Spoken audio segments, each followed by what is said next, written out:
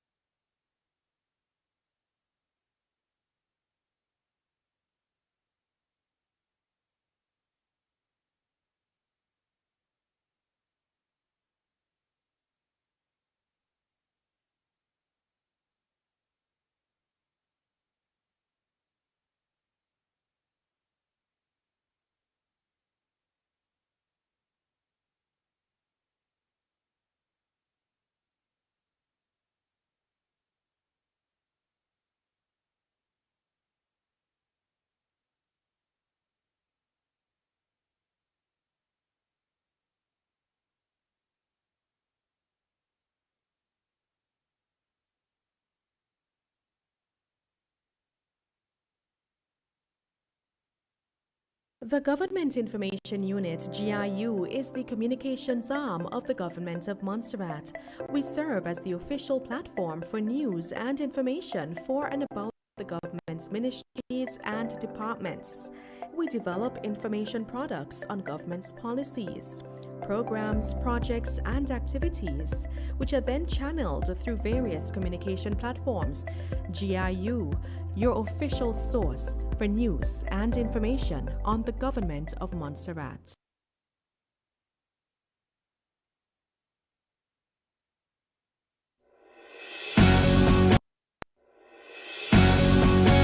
Vaccine safety is always a top priority, and this is no different from the COVID-19 vaccines. The COVID vaccines that we have available are very effective and safe.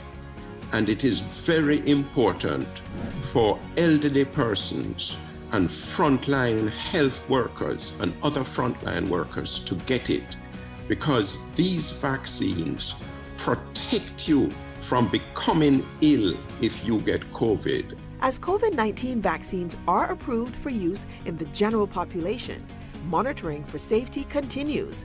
Each COVID-19 vaccine goes through the same clinical trials and rigorous study as with all other vaccines, with the focus on safety and efficacy.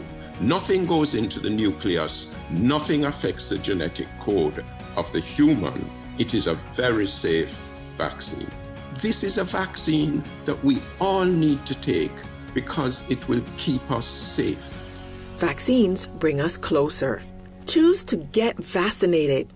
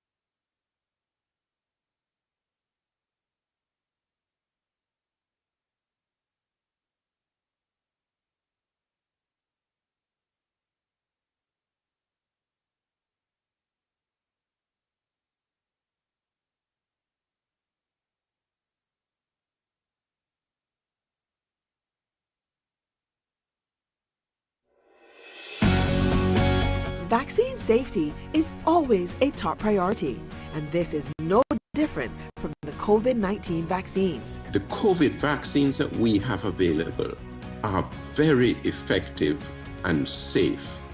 And it is very important for elderly persons and frontline health workers and other frontline workers to get it, because these vaccines protect you from becoming ill if you get COVID. As COVID-19 vaccines are approved for use in the general population, monitoring for safety continues. Each COVID-19 vaccine goes through the same clinical trials and rigorous study as with all other vaccines, with the focus on safety and efficacy. Nothing goes into the nucleus, nothing affects the genetic code of the human. It is a very safe vaccine. This is a vaccine that we all need to take because it will keep us safe. Vaccines bring us closer. Choose to get vaccinated.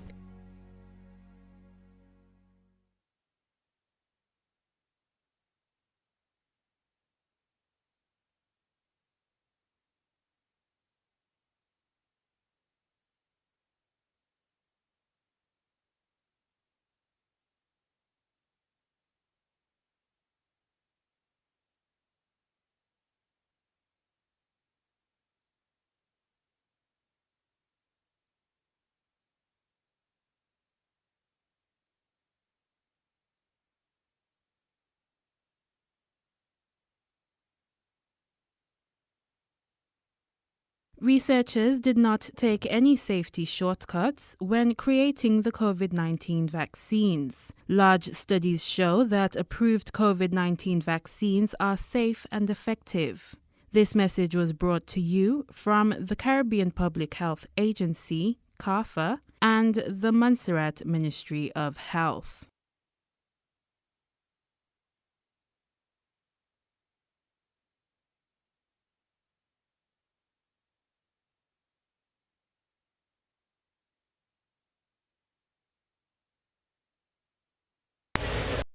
Do you hear what I hear?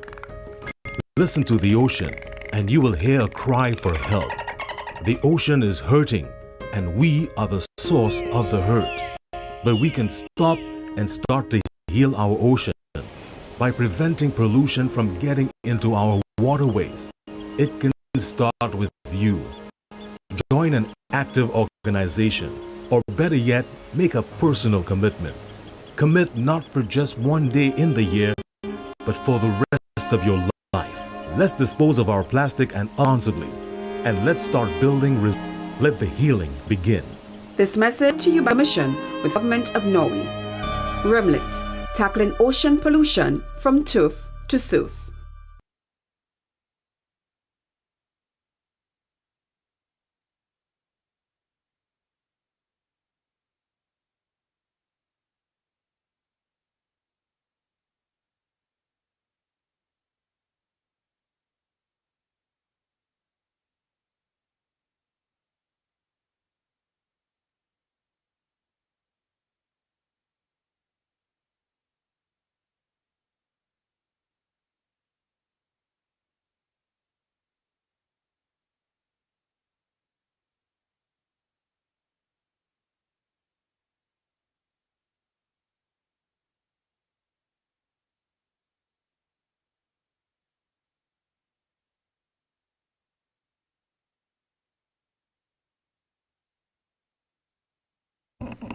Prayer. Our Father, we are so grateful that you have blessed us to come and see a new day and to be present here in this honorable house. We ask that your presence guide, watch, and protect us as we go through the procedures of this day. We thank you and we praise you in Jesus' name. Amen.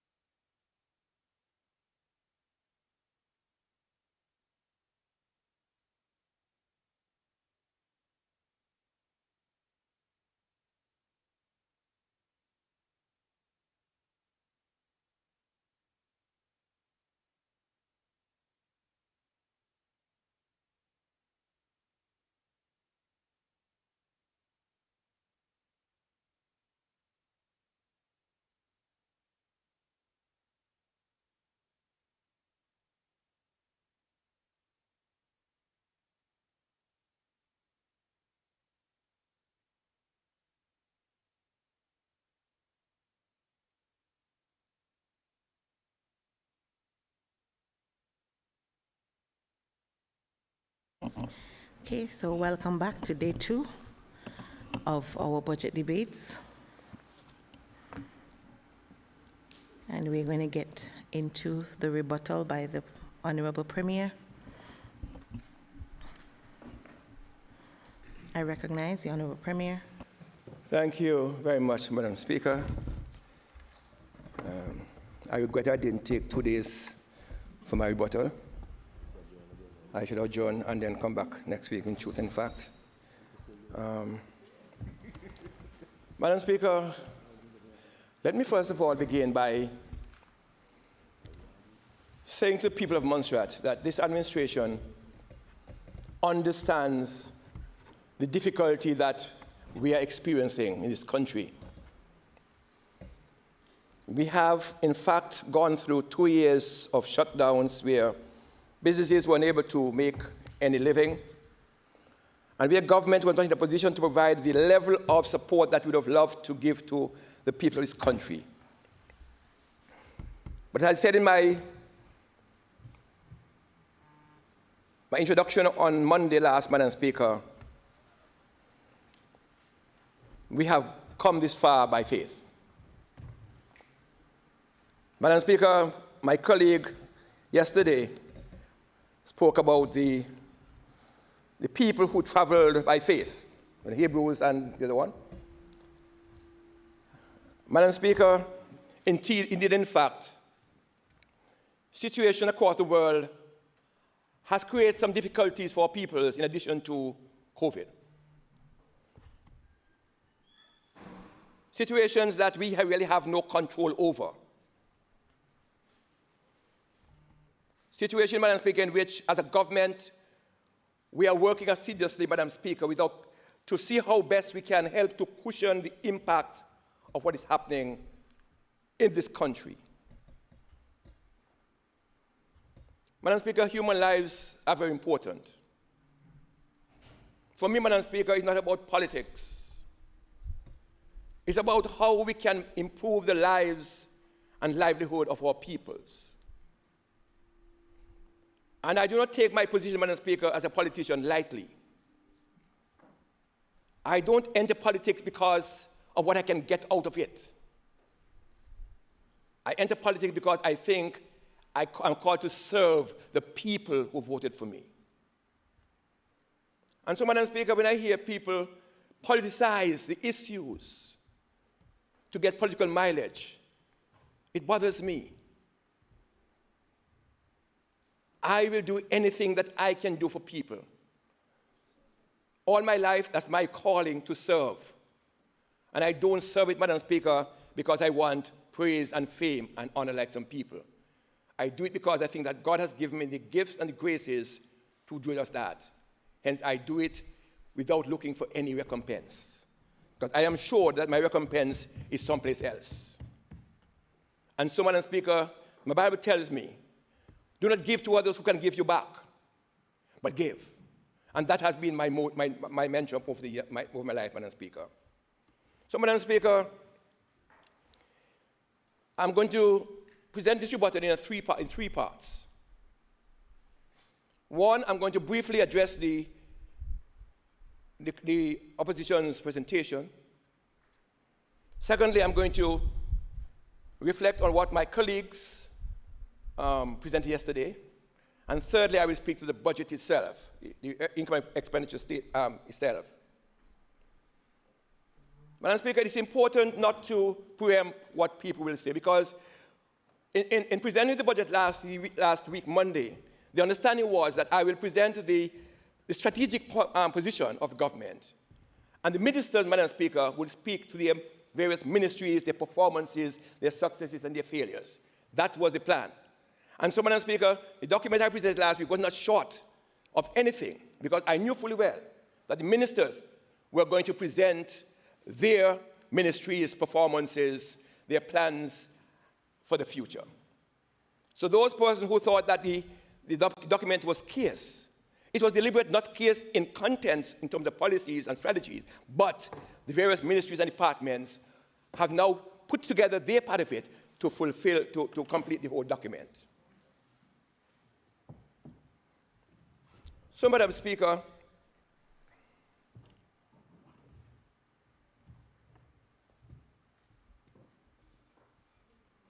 four members on the other side of the House, Madam Speaker. A preacher, a churchgoer, the third one I'm not quite sure of his status, and the fourth one fell by the wayside, whatever that means. This is what church, you go church no more. Fell by the wayside.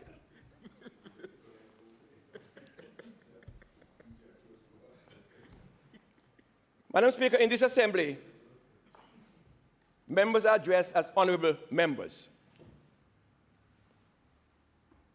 But I thought I heard someone saying, honorable means someone who believes in the truth and doing the right thing, and tries to live up to the highest principles. And I think that is what we are called to do as members of Parliament. To believe in the truth, to do the right thing, and to try to live to those principles, the highest principles. But clearly, Madam Speaker, as I traverse these doors of this building for the past years, I am convinced that this definition really does not fit some of us.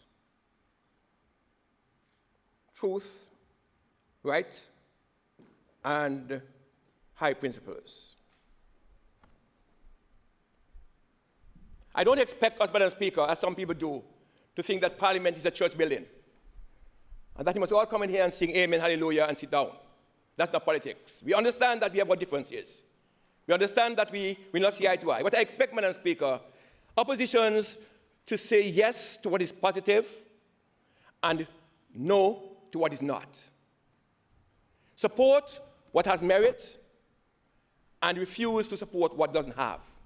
Criticize, of course. Offer constructive criticisms, if you can, and let's move along. But, Madam Speaker, all along you're here, talk to us. But never a moment have you been given any constructive criticisms, any constructive ideas, because the whole idea is to show that this government is a failure. Far from the truth, Madam Speaker. Madam Speaker, the first thing I want to get out of the way is this concept or this notion or this twisting of flatline budget.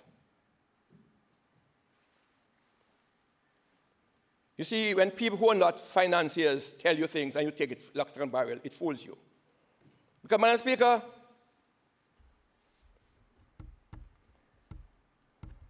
a flatline budget, all it does, it calls for no additional spending over what you had except by through legislation. It's an emergency and you have to put a lot to get something spent. That's all it means. It means that we have a budget that is similar to last year. There's no room for any additional spending outside of what we had. That's all it means. So this thing about a dead budget and a flat, whatever budget this is, it's just that we don't understand. Either we don't understand, or we pretend that we don't understand, or we deliberately wish to mislead the public. Flatline. No room in it, additional room, except what we have. But this government is innovative, and we understand how to use the figures for the benefit of the people, not for ourselves. The question I always ask myself, Madam Speaker, and ask my members, my colleagues, and how can we use the budget to benefit the majority of Montserratians? That is the bottom line. Because over the years, Madam Speaker, the current budget has been used to pay salaries and services. It's just a handful of us benefit from the budget. But this administration, Madam Speaker, the last 2 years, have used the budget to create opportunities so that more people in the country can benefit. That is innovation. That, Madam Speaker, is using our initiative with the assistance of the Ministry of Finance to get things done and to show to our partner, our benefactors, that we are not looking after ourselves alone, but we are concerned about the entire country. So yes, the flat line is out of the way now. No longer means dead budget. Simply means that there's very little room for additional expenses of what we had last year. So if that's a lesson in budgeting, well, at least somebody gets a lesson this morning, first thing. But, Madam Speaker, having listened to my colleague yesterday morning, who had done research, we basically have been operating on a flatline budget for the past 7 years. Nothing new. From 21 million to a height of 23 million. And this year we're looking to get 24 million. So we have been operating on an average of 20 million pounds per year budget, which is a flat line. There's very little room for anything else. So this flatline budget thing is not new. It's just that we highlight it and use the phraseology, and people running with it, not understanding what it means. Because they have never had more than 20+ million pounds in any recurrent budget for the past 10 years. That's the fact. The records will show.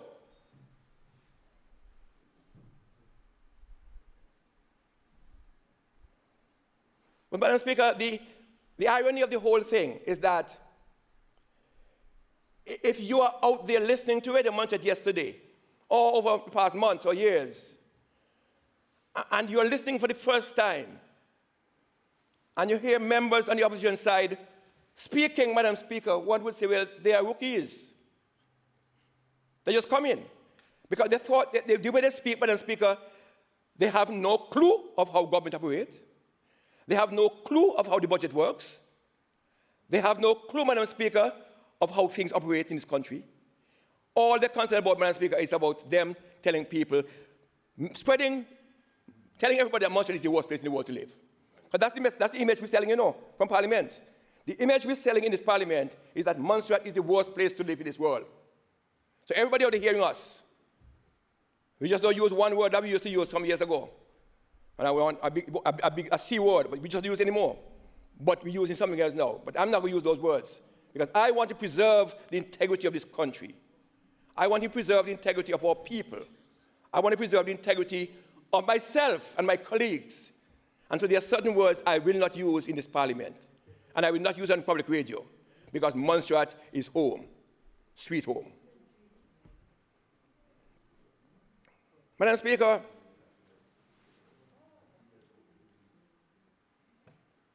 when you sit and hear the members on the other side speaking, all of them were ministers at some point. All of them. Somebody get fired, yes, but we can't help that. It's not our fault. But all of them were ministers, and they behave as though they never sit in the seat of government. They made decisions. Some of the same things we're trying to correct now, errors were made by some other people. I don't use the word hands tied, because that word was used some years ago. It was a bad word. But, Madam Speaker, some people have created some situations where tightening up take place. And we have tried to unravel those tightening hands because of actions by some people. And some of the own people tell people that they're bad. But that's okay. That's okay. I said to my colleagues on this side, Madam Speaker, anytime I hear anything that they're doing wrong, I gone. I tell them so. They know that. I expect them to live above a certain standard as ministers and parliament secretary on this side. And we all stand for that. We stand for that. Integrity is our word out here. Not what I'm saying, but so let's go on. Madam Speaker, to be talking about I'm going to talk about it, and I'm not going to go through everything they talked about yesterday, because somebody said nothing. Some people said nothing. I like this symphony, the two-part symphony. Because there are people who, if people like me who like classical music, I understand what two-part symphony means, because I love classical music. That's my line. So I understand it. But at the end of the honorable member session, he really had a two-part symphony, because he didn't finish what he was saying. Seriously. Now, I understand what symphony means, because I listen to classical music at my home. I love it. People think I'm crazy sometimes when I listen to it, but that's me. I like it. It's soothing. So two-part symphony is nothing new that you have. I remember, as Madam Speaker, all of us, me, like classical music. And I understand what the movements are, right? I understand.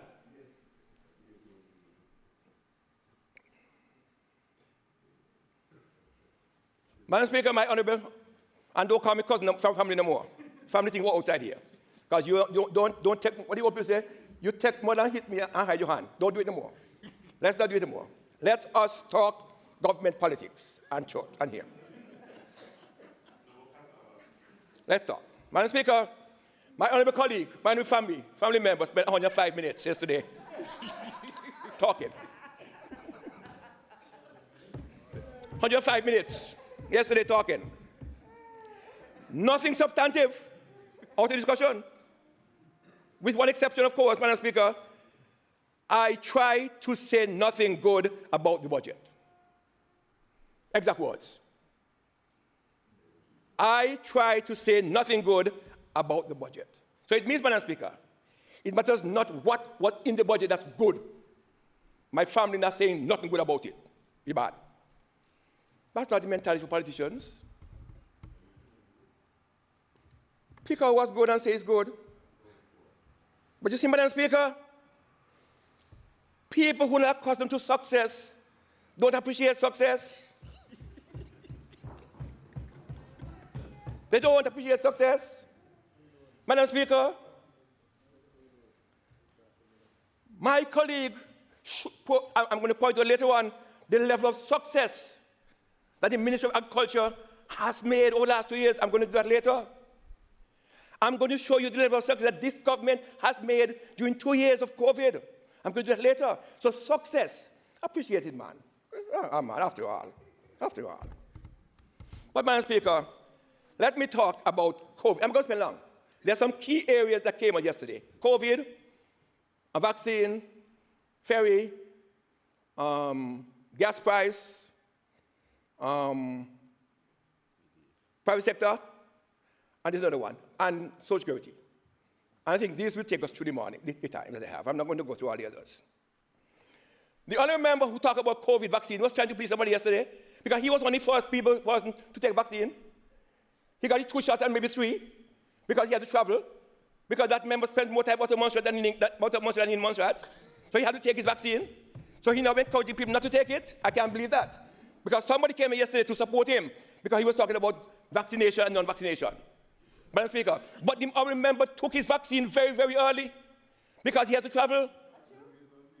He had about 3 shots. Let me tell you. He had 3 shots. So don't pretend, don't come now talking about unvaccinated and vaccinated, because you are protected. Sorry, Madam Speaker. He's protected because he got his vaccination. He got his 3 shots. 2 or 3. Correct me. Maybe 2 or 3. Right.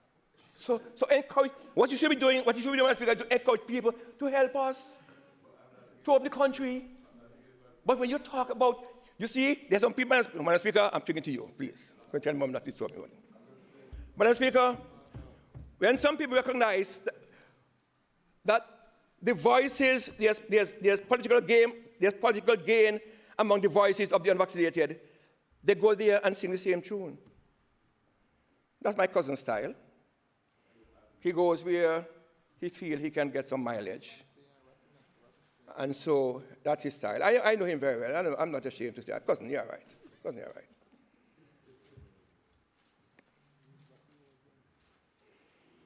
Let me talk a little bit about the port project, because when I speak, I'm going to cover the port project because 3 members on the other side spoke to the port project. So I'll speak about it once. When the announcement was made that this government has successfully negotiated additional funding, a certain member on the other side on the Facebook page said that they negotiated the money for us. A certain member on the other side said that they negotiated the £13.9 million. But when people started to pressure them, they said, oh, no, it's not enough. I didn't say that. Madam Speaker, the port project is going to happen. The government of Montserrat have secured an additional £13.9 million in addition to what we had, and that is it.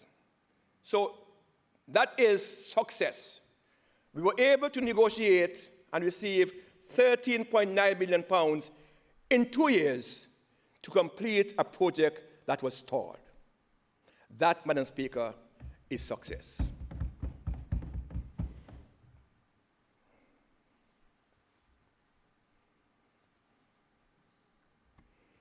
Madam Speaker, I'll speak now on the ferry.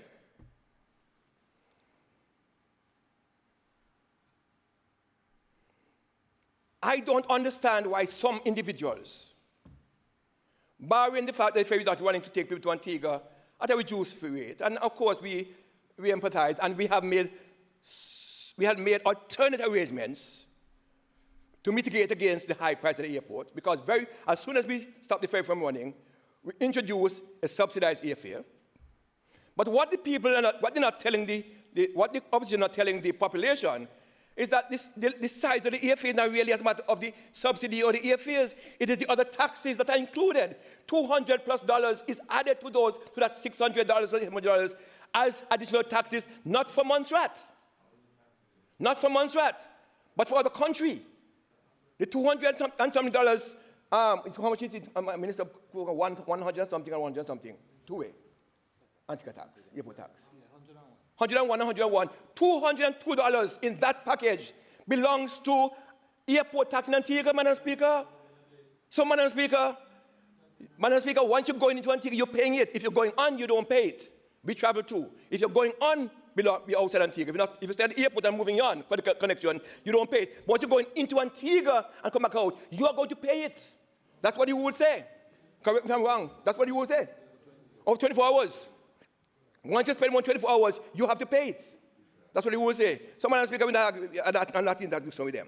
The point is, Madam Speaker, a government who understood that in the height of COVID, we couldn't spend $6 million watching a ferry sitting in Port Little Bay every day and decided to terminate the contract. I don't know why the opposition I think the opposition should be happy that we saved the government of Montserrat $6 million. But they wanted me to give away $6 million for a boat to sit in the harbor every day of the year. That's not good value for money, Madam Speaker. We did that at the heart of COVID, Madam Speaker. Nobody was traveling. Even on the aircraft, the numbers were down, Madam Speaker. Worldwide, the numbers were down. Nobody was traveling. And we took a decision, and members of the opposition, Madam Speaker, want to crucify us. But we're not Christ. They crucify Christ, and we're not Christ. They could crucify us. That's all right. Madam Speaker, so we took a decision, and we offset the cost by subsidizing airfares. We did that, Madam Speaker. So what's the fuss? What's the concern? What's the anxiety? Who's gaining or losing? Why all this fuss? I don't understand. I'm still trying to, and Madam Speaker, to tell the people of Montserrat that because the monies were ring-fenced, we just in his house, that it goes back to the UK, is not true.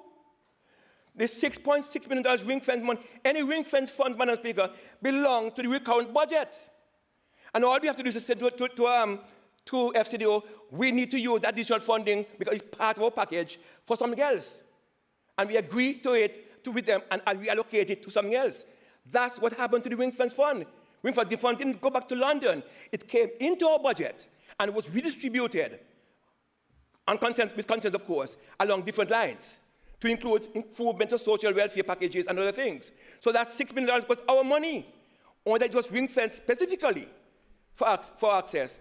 And we have to say to the UK, we want to use it for something. And we did. So it's not the money that we lost, it's our monies, part of our budget, which are budgeted for, which are passed in this house, and we simply reallocate it to other lines of the budget. So let the people of Montserrat understand that that money for the ferry was not sent back to UK, was not given back to UK. It was used by the government of Montserrat to improve and increase additional services. And that's the truth, Madam Speaker. So, Madam Speaker, when the numbers are right, when the numbers start going up again, Montserrat will get a ferry. Contrary to somebody saying now come in their lifetime, I don't know, their lifespan so short. I expect to live beyond a couple years. So if their lifespan short, too bad for them. Not my fault. Not my fault. That's not my fault.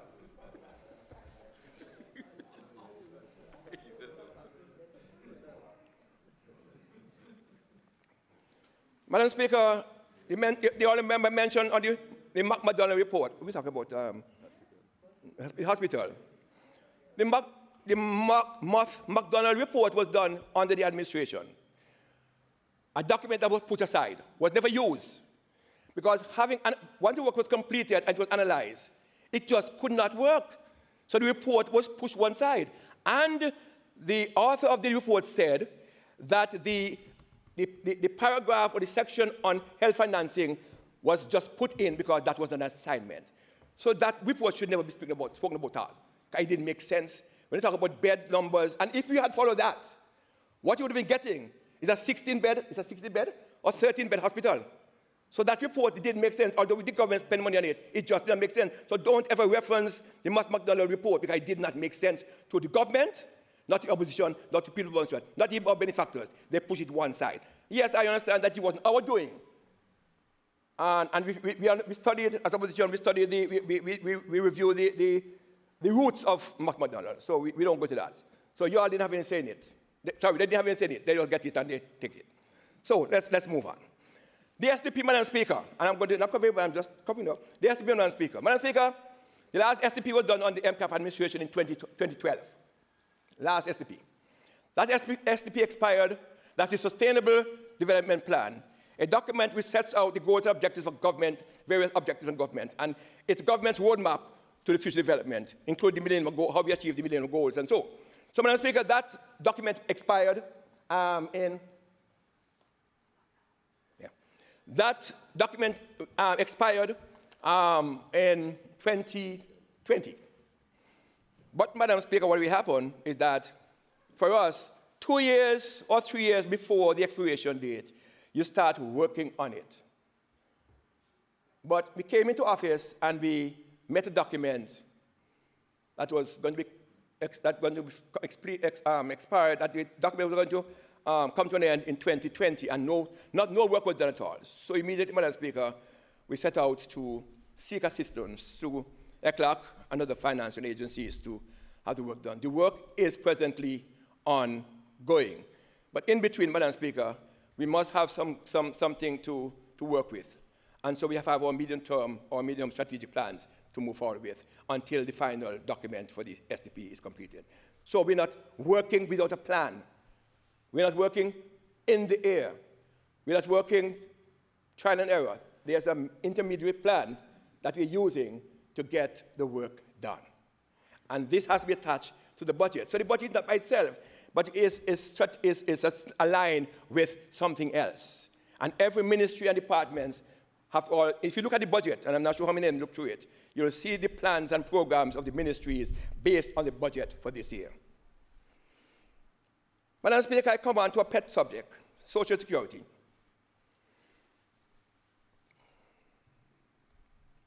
There's a story, Madam Speaker, a husband and wife, and like a thing was happening, and the lady went to complain to somebody and said, "A FIFA ball."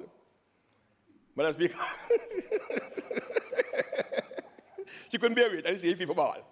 I don't feel it. Madam Speaker, Social Security is near and dear to the hearts of all of us, all of our peoples, especially, Madam Speaker, those individuals in the private sector and self-employed who have no other source of income when they retire from the public service. And that in itself, Madam Speaker, should give us, as parliamentarians, an urge to secure that fund. Madam Speaker, I served for many years on the Social Security Board. And maybe that's why I have a soft spot for it. My honorable colleague on the other side, who was also my successor in the union, served on the Social Security Board for a long time until 2014, when he entered politics. So, Madam Speaker, I would have thought that I have an ally on both sides to advance the cause of Social Security. I would have thought so. Having served as union member, having served on the board of Social Security, I say, fine, I have a supporter on the other side. But I was mistaken.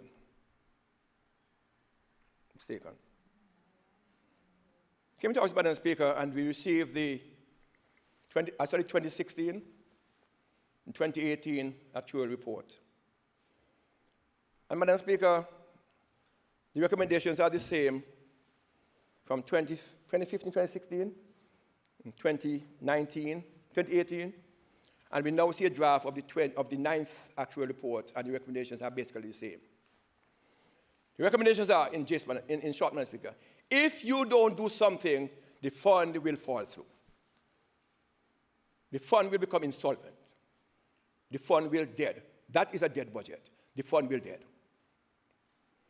So, Madam Speaker, as a responsible government, as a government who's concerned about the people of this country, as a people who's concerned about the future of the little man, because I hear they use that word, but it's just for self-aggrandizement, not for the real, genuine meaning. We are concerned, Madam Speaker, to protect the fund. And against the odds, Madam Speaker, we had some consultation. We asked the opposition for guidance. We received nothing until we got the PAC report. We spoke to the public on it. We spoke to London on several occasions. I wrote to the minister in London. That's how dear Social Security was, or is, to us, to protect the investments of the little man out there so that they have something to live on when they retire. We don't want to send to Social Security to ask to fill the form to say how much money they have in the bank and then they can't get no money, do means testing. No. If needs be that when they get their pension and it's smaller, then we'll tap it up. But the dignity of having your own little money, Madam Speaker, is what we're talking about here.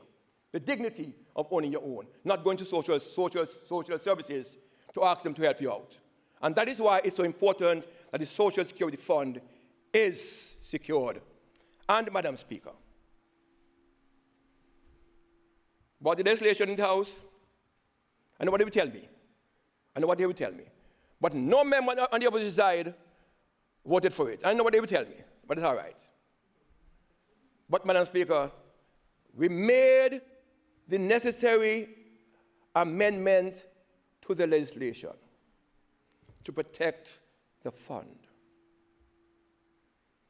And, Madam Speaker, the good news is, and I wasn't coerced, we weren't coerced in making those amendments, because the legal department, the Attorney General's office, knew that we have been talking about this for the past how long. So we were not coerced into it by anybody. We did it because we were concerned to save the fund. And, Madam Speaker, I am so pleased that when we got the budget figures from London, £520,000 was allocated to us for a one-off payment. Okay, I'm going to talk about one-off payment to the Social Security Fund. What does one-off payment mean? We are dealing with an annual budget.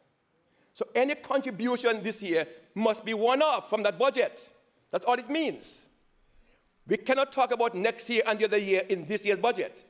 So the £520,000, Madam Speaker, or 1.7, 1.8, depending on the rate, Madam Speaker, dollars, I'm not sure the rate is 1.7, 1.8 million dollars, Madam Speaker, is what we are going to give to Social Security for this year as a one-off, as government injection of funds based on the actual report to the fund as a one-off. But what one-off simply means is that for this year budget, 2022-23, we are doing a one-off injection of which is what the report said. Next year, we will continue to talk. And who knows, we might get a little more. So, and this will happen, Madam Speaker, year after year, because it's a one-off each year. And that's what the honorable leader of the opposition, one-off means, that it's one-off for this financial year. You may get a one-off for next financial year, and a one-off for the other. But for this year, we can only speak about the one-off, which is for this year's budget. I hope that made it clear. So, Madam Speaker, the Social Security is going to receive $1.8 million this year as additional injection, plus government is going to pay more for contribution to its workers. And of course, we have asked the people of Montserrat to pay a little bit more. We know it's difficult, Madam Speaker. We're not insensitive to that. We know that to ask you to pay 1% more for this year out of, and the cost of living going up, it's difficult. We're not insensitive. We know that much. We feel it too. But, Madam Speaker, are we prepared to give up something now and save in the future? Or are we willing not to give anything and kill the goose down the road? That is the mentality of the opposition. But that is certainly not our mentality. Our mentality, Madam Speaker, is to sustain sustainability. So that's where we are on the fund. Procurement, Madam Speaker. Madam Speaker, I heard yesterday, in order to meet the requirements of UK and EU. I sure heard those yesterday. Am I the only one who heard that? I think I heard that yesterday from a certain member. Madam Speaker, when we came into office in 2019, It's still on my desk. It's not bound. A package of procurement, new procurement regulations on my desk. I look through it every day. And Madam Speaker, every little man down Casby or Cudgerhead or St. John's or Lookout or Salem will tell you, they can't bid for government jobs, them. They cannot bid for government jobs because the procurement rules are too draconian. They don't understand too much paperwork. A little man who wants to build a 500-yard wall have to go through a whole heap of document, Madam Speaker. A man who want to put like half mile of road, the document is killing. They can't, only people who have plenty sense, and even people who are educated cannot do that. So, Madam Speaker, those draconian rules just is not working in the interest of the ordinary man in Montserrat. Many Montserratians have not been applying for any government job because they waste their time because they cannot complete the forms. But these, Madam Speaker, regulations were put in place in September of 2019. People who say in the story for little man put these rules in place that little man can't get no job. I'm talking about we sorry for people, we love people. Madam Speaker, this administration, Madam Speaker, the first thing I did, Madam Speaker, I got to the office and I saw those forms, I said to some people, please, remember the little man. When you're doing your procurement regulations, see how best you can facilitate the little man out there who wants to come in and get a little job without something. And that is being done, Madam Speaker. So, President, Madam Speaker, in conjunction with CDB, our own procurement unit, and of course FCDO, we are modernizing those procurement regs so that ordinary people, Madam Speaker, can get a little job. Some of them can't read and write, Madam Speaker. And you want to give someone a little thing that they could thank you, brother. A little thing that they could help themselves. All they talk about things hard, but they made no effort to help the little man, Madam Speaker. So, Madam Speaker, we are working on those regulations. We talk about them move away the departmental tender was removed when the department could have awarded tender for $10,000 or what. Now it's what? What is it now? $5,000. The department only have the authority to spend $5,000 on a tender now. When I was in government, $50,000 was the figure. And the new regs that you put in, change it to $5,000. $5,000 can't buy nothing. I'm not saying people must abuse government money. There must be accountability, transparency for government funds. So any department that is going to award a tender must follow the rules to make sure that they are transparent. But, Madam Speaker, you go to shop, some institutions go to the shop to buy something at $5,000 and buy nothing. 2 chairs for an office.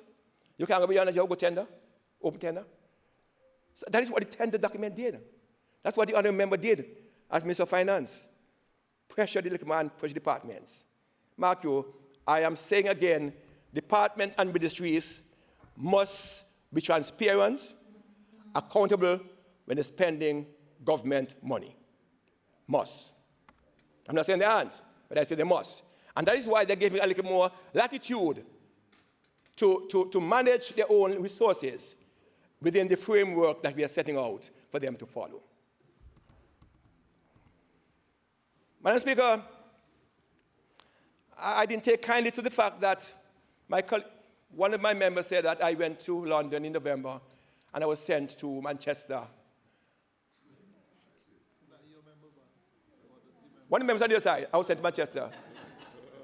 Madam Speaker, I went to London and I noticed that every time these bushwhackers go to England, they go to London. Every time the bushwhackers on the other side go to England, they go to London. Either they have interest in London, I don't know what they have in London. Some of them have interest in London. Some of them have property in London. Some of them have what I don't know. They go to London. Madam Speaker, I thought it was prudent for me as the leader of the country to go into the Midlands? Into the Midlands. To meet Montserratians who are in the Midlands.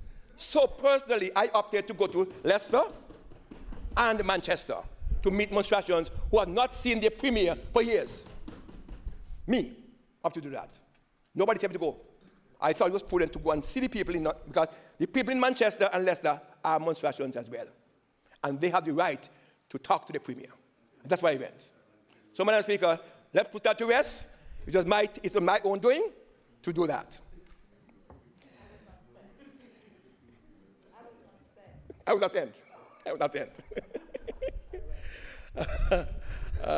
Sorry, I'm sorry.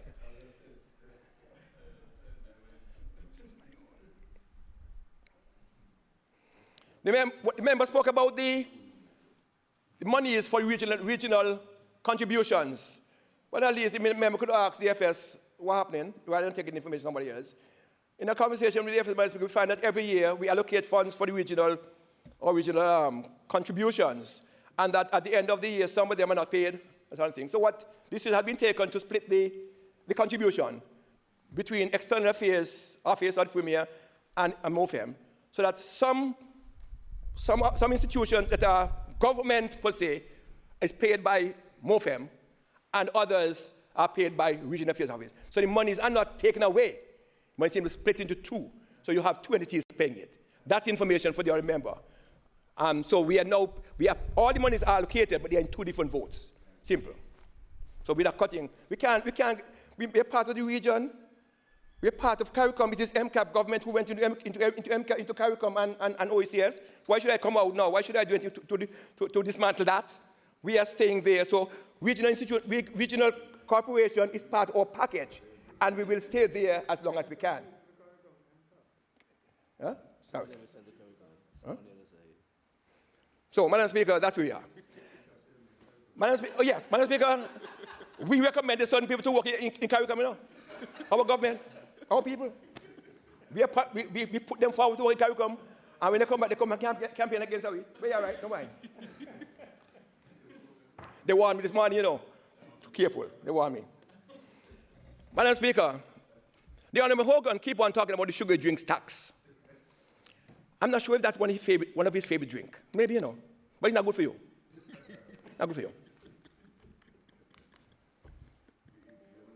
Yeah. I can't say that because the last time, one of us said to use local fruits you all use against us in your campaign. So I'm not going to say lemonade because you might use against me. Madam Speaker, 2 weeks ago, on March 15th, I got a poster in my WhatsApp group saying, from the Heart and Stroke Foundation and Child Obesity Prevention Coalition in a neighboring country, and a country name. And the caption, Madam Speaker, major win for healthier country, the name of the country. Increase in excise tax on sugary sweetened beverage, a neighboring country. 15th of March. This year. So when we were doing that, we were way ahead of people who are now coming. It's no disgrace to say that I'm putting a duty on sugar tax. You hear it, right? Heart and Stroke Foundation, Child Obesity Prevention Coalition. And they are pleased that their government took a decision to increase the excise tax on sugary drinks. We did it last year, whole year now, we did it. But the honourable member keep on saying, oh, but at the same time when we did that, Madam Speaker, what the honourable member is not telling people of Montserrat is that we reduced the duty on clothing to include schools' uniform. He never tell them that. That's not good for you to tell them. That we reduced the duty on clothing to include school uniform. That's his job to tell them, but his job to keep the truth. Right? We did that. But he not telling anybody that because only happening sugary drinks. I'm saying clothes, duty, sanitary napkin, you name them. We did a few things. But if you're not accustomed to success, you're not going to talk about success. Long and short of it. Vitamins, yes, those came down. Because we realized that you have to build your immune system in COVID. So we reduced the duty on vitamins as well. Because we understand that while natural thing will work, people also take vitamins to build their immune system. So we did that as well. So, Madam Speaker, the Honourable Wombier did a kind of little job, and I must give him some credit. He was honest. He said, unlike some people, he said that the budget did not meet all of the basic needs, but it met some. It met some. But you know what I like about the other member, Madam Speaker? Plug in. I just like, I could, all of us, any given day here, could script what the member introduction is going to be. Any one of us.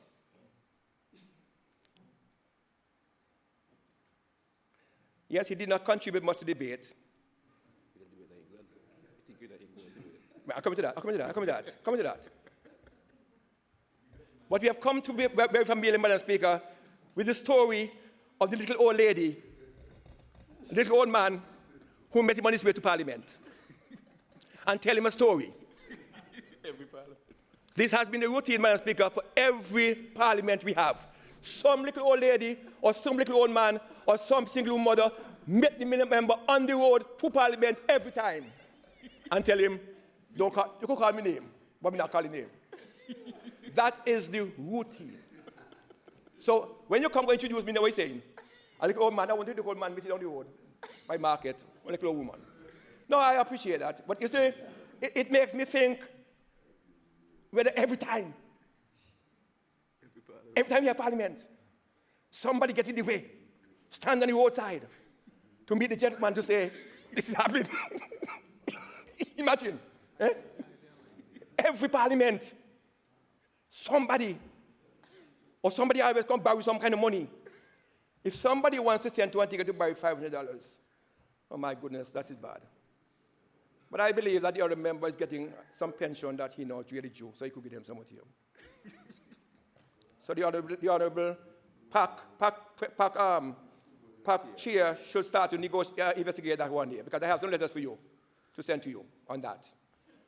So because you see, if people get him, if people get a little more money than they're supposed to get, they should pay it back or give it to somebody else. That's what happened. And when we rant and rage about incidences that happen in the government around here, we forget. And my grandmother tell me, or the old friend that say, those who live in glass houses, don't fire stone, or you'll get hit. Make a hit.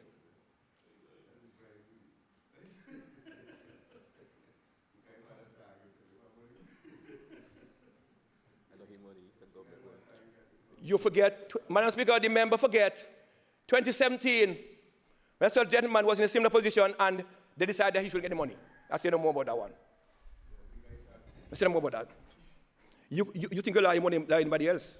When you want to call the Jerry a liar, anyhow, mouth. However, Madam Speaker. So if you like. Talk about what? You don't talk about me. My records are clear.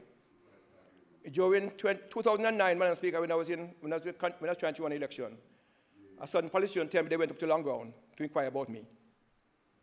I'm not boasting. I'm not Jesus Christ. I'm not perfect. But the gentleman is still searching now for something on me. Something on me. I don't know how many people say that. He went up to Long Ground to ask people about me, to find out something. He has my class yet, and he found nothing. And up to now, he's still searching. He can't find about me. Because I try to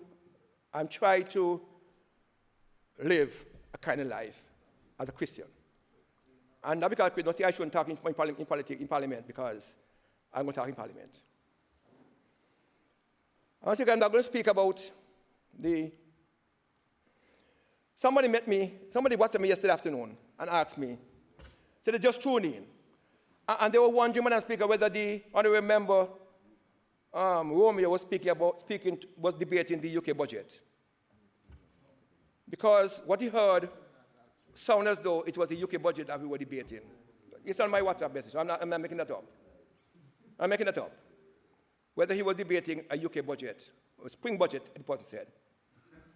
But the person pointed out to Madam Speaker that in that spring budget, the Chancellor used words as borrowing, loans, and taxes. All key words were in the Chancellor's spring budget presentation. Loans, borrowing, and taxes. Taxes for monies that were borrowed in 2020, 2021. and given for stimulus and other things. It is the people of the UK, Madam Speaker, and the younger generation who from this year is going to pay taxes on those. Taxes on the health system has gone up. And although Honorable Prime Minister did say he wasn't going to do it, he was dissuaded from doing it. He's saying, and his Chancellor, we have to increase taxes on the health system. NHS system. Other taxes, Madam Speaker. Just a few weeks ago, Madam Speaker, the government offered the people of UK a £250 package to assist them with offset the electricity bills. But at the end, Madam Speaker, the statement was a £250 stimulus package to be paid back over 5 years. Remember, didn't hear that. We didn't read that. So nothing is free. They gave them and tell them they want, and people start saying, well, we didn't ask for any assistance. Why give us a loan? It's a loan of £250 to be paid back over 5 years. Divided by 5, how much that is? How much pounds a year? 25 pounds a year? No, not so much. 50 pounds a year? 5 years. 50 pounds a year. They have to pay back. This is the kind of thing, and it's their money. I'm not saying we wouldn't, I would love for them to give us some of this money here, because we asked, we tried, and of course, you made a very pertinent point yesterday. We think we're part of the family, but really just semantics, because they don't treat us so, but so be it. And some people, Madam Speaker, when I look at some people's Facebook page, you know, the best friend in people like me. Best friend of people like me, people who still associate with. Now, like a man on the road up along going and chew his hands out. Up St. John's. The kind of people associate with. That's the image. That's the image. Not me and Paul, not me and Honorable Lewis and so. Other people. Because they have to be there. It's about image. Me, my image is sit on the roadside with a map on stone. That's my image. Sit on couch head in the bus shelter with people. That's my image. To go to the car and sit on the wall. That's my image. And where you sit down too? You sit down right on, right? But some people's image is to be above a certain elitist grouping. However, Madam Speaker, let me stop that and move on. Serious. I remember spoke about the budget. And Madam Speaker, I just want to remind them, damn if you do, damn if you don't. In 2021, 2022, we presented a negative budget. And oh my goodness, the opposition voted against it. Opposition voted against it. And their supporters say, oh, no negative budget, deficit budget. And they vote against it. We brought over a $2 million budget deficit this year. And thank God, Madam Speaker, this year the budget is balanced. No deficit. Not talk about COVID. I talked about COVID already, because he's in the same boat as Mr. Hogan. No, not in the same boat because he's not vaccinated. So he's not in the same boat. MDC, Madam Speaker. Madam Speaker. Madam Speaker. Madam Speaker. The opposition have the audacity to talk about MDC. MDC. A private sector entity that was set up under previous administration. And you could say, well, it's like what you feel like, Madam Speaker. They had their own thoughts about the institution, but the main objective was to create and strengthen private sector development in Montserrat. Was it perfect? Maybe not. Did it need fixing? Maybe yes. But did it deserve shutting down? Clearly not. Use your innovation and the experts on your side to tweak it and keep it, so that at least we can move forward in strengthening and supporting private sector in Montserrat, especially at this time when we're coming out of COVID. We need it more than ever. But that institution is no longer in place. And I noticed that one of the members started talking about TIPA. So they must be listening to our conversations, or someone is telling them what we're doing. Because clearly we're working on a private sector entity. But the sad thing is, we have to start all over again. That's the sad part of it. had we had the opportunity to just tweak the MDC, restructure it if needs be, put in a new management structure if that's the case, we would have been on. But now I have to be starting over again. The good news is that in part of this year's budget, we are getting a private sector advisor to work with us to put in place the mechanism for that entity. That is positive. That's success. Because we're working, we're not waiting for people to tell us what to do. We are proactive, and that's what we're doing. Because we understand the importance of an agency. And of course, the structure might change. Of course, the funding mechanism might change, we don't know. But we are setting the groundwork, and that is what our theme says, investing for the future in Montserrat and our people. We are doing that. So don't talk about MDC and the private sector because they had no interest in that.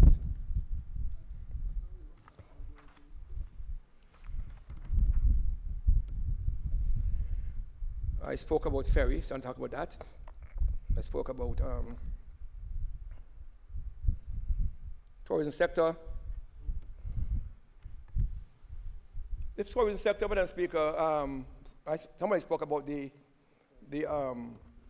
tourism board. This is an initiative. The thought process came from across here, not from anybody overseas here. Because even though tourism's contribution to the GDP may not be huge, a number of persons gain a livelihood from it. And during the crisis, when I said the tourism sector was hardest hit, I was criticized by some members to be saying that. But that is a fact.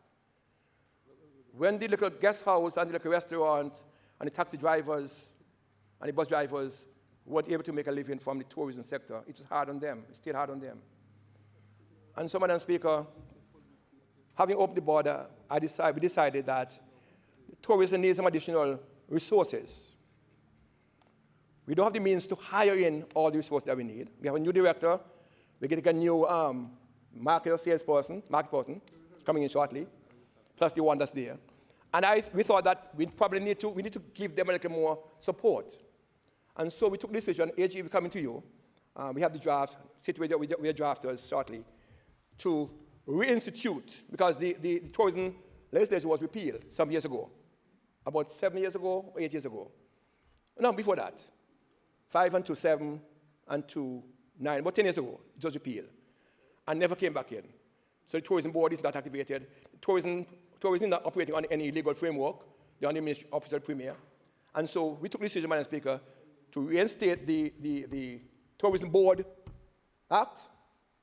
And in that, Madam Speaker, is the appointment of a tourism board to work along with the tourism division to give them support. So that is where we are on that. And that wasn't given to us from overseas. That's our initiative. Madam Speaker, I'm not going to procurement, housing. Housing, Madam Speaker. I'm going to talk about that, the housing later, so I'm not going to go down the road. I'll speak to that when I go down the road. Madam Speaker, yesterday, the Honorable Leader of the Opposition spent a lot of time talking about some things that could happen if we had the means to do it. Because all I'm hearing, Madam Speaker, good ideas. 1 month tax-free, 1 month tax, 1 month tax rebate, one COLA, cost of living allowance, COLA, and cost of living adjustment, tax threshold, increased tax threshold.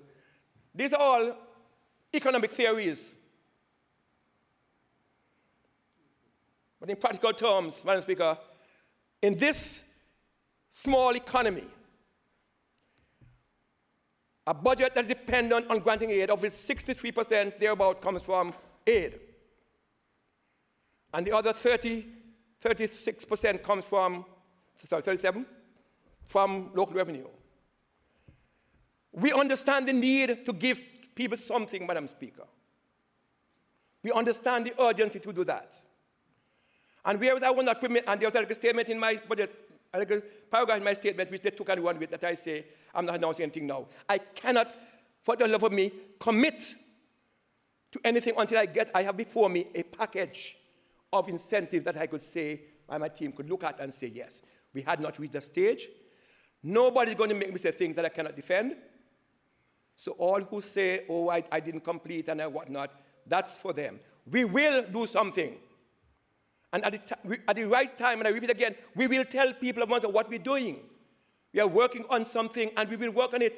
And I just want to draw the example of a country, Madam Speaker, a good country, a country that my honorable member on the other side likes to speak about. Madam Speaker, they intervened, they did an intervention in fuel about a month or 6 weeks ago to keep the price down. I think my member spoke to it, price down. Today, last week, Madam Speaker, the gentleman said he can't carry it no more. So the earlier you intervene, and the prices continue to rise, which is going to happen, then you will have to continue because you intervene now at 1601, 1605, and you remain there for 2 weeks. Price goes up to $20, you have to intervene again. Can you carry it? And that is the problem that some countries are facing now. And they are independent countries who can borrow and whose debt ratio is high. High. I go to meetings, I hear them complaining about the debt to GDP ratio. I hear them. We don't have that luxury, Madam Speaker. I hear all kinds of things about giving this and giving that. And we are going to do something. But, Madam Speaker, the level of what we can give off is dependent on what we take in. Because basic accounting practice, you take off one side, what you have to do? You balance the other side. So if you reduce the revenue side, what you're going to reduce on the income side? You have to balance it. So when you give away, the first thing the Ministry of Finance have to do is tell me, how are we going to retrieve what we take off to continue to give the same level of services that we have to give? So yes, we give, but what am I willing, and they will ask me, what am I willing to give up? I have to say to them, well, what do you recommend? Because they're going to ask me, Premier, yes, we could do this, but we're going to down by so much. So what are we going to do? And they have to be working day and night to get this budget where it is. And thank them very much. I'll come to that later. So, Madam Speaker, it's nice to talk, but only who in the fire feel the heat. And that is what government is there for, to carry the heat. Bear the heat. We'll bear it. We know that. This is all. A little old lady that I gave, Honorable Hector, a tribute to read for me one day. And I quoted a little old lady who, not his old lady, not the other member's old lady, a real old lady who said, whenever she's testifying, she said, at church, she said, that's like a boy, it's no flowery bed of ease. It must be battles fought and victories won. We are fighting our battles and we are going victorious. And that's a real lady, eh? That's not a real lady on the other side. Okay, Madam Speaker. Madam Speaker, the intricacy of this whole thing and all the suggestions made by the Honourable Leader, which sounds good. But when I look through them, Madam Speaker, none of the proposals benefits the unemployed. I guess they don't think about the unemployed people as somebody in Montserrat. None of those recommendations benefit the unemployed. None of them benefit the housewife who's at home. None of them.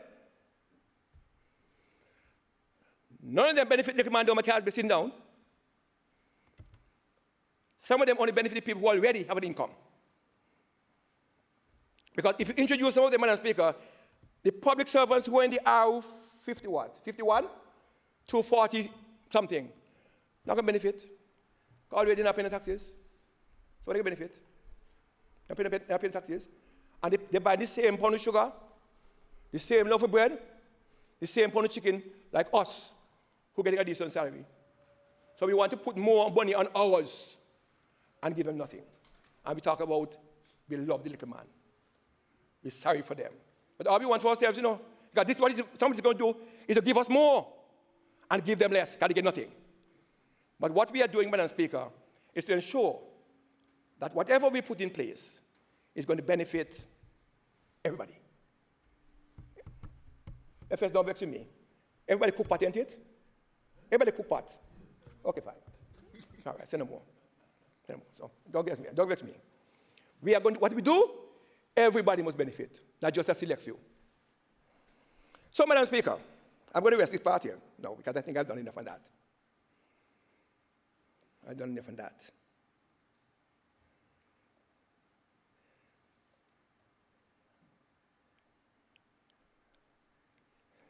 The independent countries are screaming. And they could borrow. Just last week, Dubai, one of those states, some $500 billion is set aside for private sector development in Dubai or one of those African countries. $500 billion. That's the US dollars. We can't get none. I'm trying to get a little through the back door if you come in the Caribbean. As Honorable Hogan tell you, sometimes you have to go through the back door to get a little bit. Because you're not, as a BOT, you're not up there to get into your CARICOM and OECS. As I tell my Secretary General, I'm a full member of CARICOM and OECS. So anything you get, we need mine too, even through the back door. We need mine too. I made it clear. I am no just come member. Montserrat is no just come member. Montserrat is a full member. And whereas the states might say it's for independent countries, you find a way of helping me to get something. So we could have got vaccines as part of CARICOM from the US. We didn't want because we were getting. We expected to get some things from China, and I asked them, I said, yes, I will be getting mine. We got things that other countries got from, like, what do you call the ventilators, whatever call on? Not the real ones, the other ones. We got some straight back door from other countries, because we are CARICOM, and we are brothers and sisters. So, Madam Speaker, I'm going to rest there, because I think I've done enough to show the people of Montserrat that the opposition really don't support what we're doing, and they don't like success. And the whole aim, well, not all aim, some of them aim is just to discredit everything. But we are working on behalf of the people of this country. That's one. Madam Speaker, as I said before,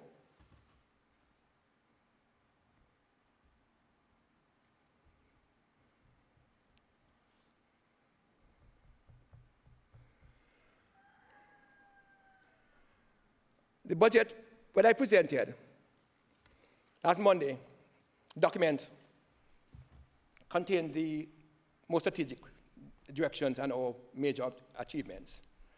But I said that the ministers, and as we have been doing over the past years, is to allow the ministers to come in and do their thing. Sorry, let me find this page here. 1 minute, Madam Speaker. Let me just get back to this, if you don't mind.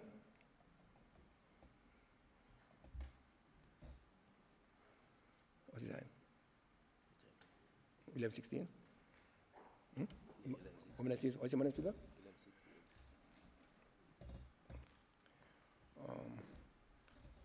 Thank you very much. Thank you very much. This last one. This last piece. Forgive me, I'm getting there. What am I doing now?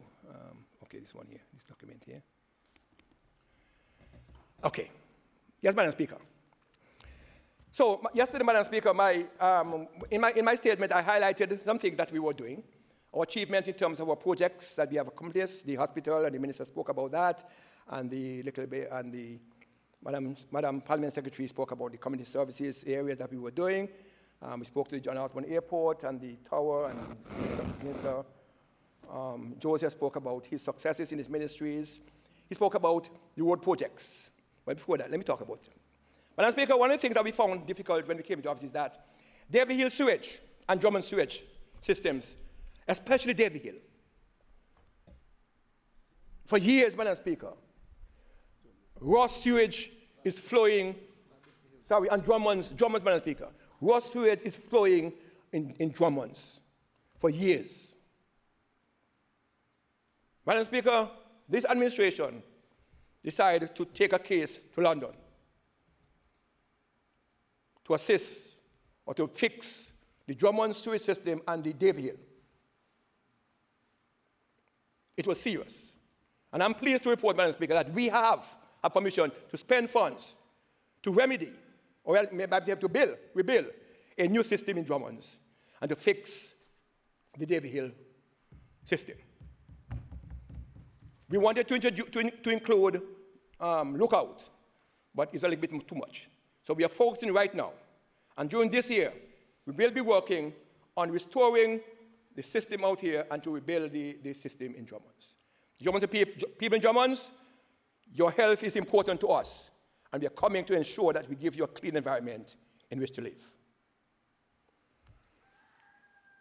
Minister Joseph spoke, Deputy Premier spoke about the geothermal head. Geothermal is critical for us. We have been talking to some people. We don't know yet, but we're talking because we have to put in place our 3 Ps, our document, our legislation. These should have been in place. I heard the other members say that 5 years they have been fooling them. They have been fooling them. But we took the steps.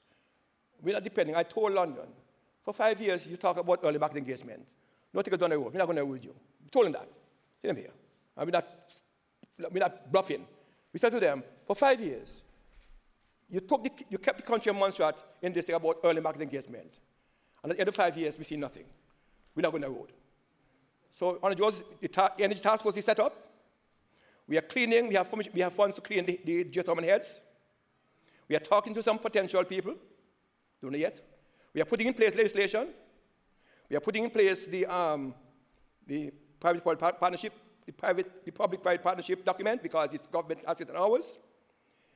These are what we are doing. And the minister spoke to that yesterday. The minister spoke to the road works, and I hear about the A1 road. On the A1 road, and I want you to listen to the former governor's last press conference. Because I made a statement in this Honourable House, last sitting or the other sitting before this one, and one of the other members kind of spin it, but he wasn't successful. And the governor made some points in this thing, which is what I said. But I'm not going to go down that road. Let peace prevail. But, Madam Speaker, the A1 road monies, as you see in the document, is for the hot mix plant, and whatever is left, we'll do something else. So that $2 million is not for A1 road. That includes the hot mix plant. And whatever is left, we will do. But the creativity of this Ministry of Commerce and Works, the creativity of his staff, the innovation ability that they have, they can spin top the mud. I watched them work down public works. Maybe you train them too, but take some credit, but yeah, right. They can do it. And they have been able to use whatever liquids they have, resources they have, to get things done. So we will be working on some roads. The minister pointed out the Jones Hill roads,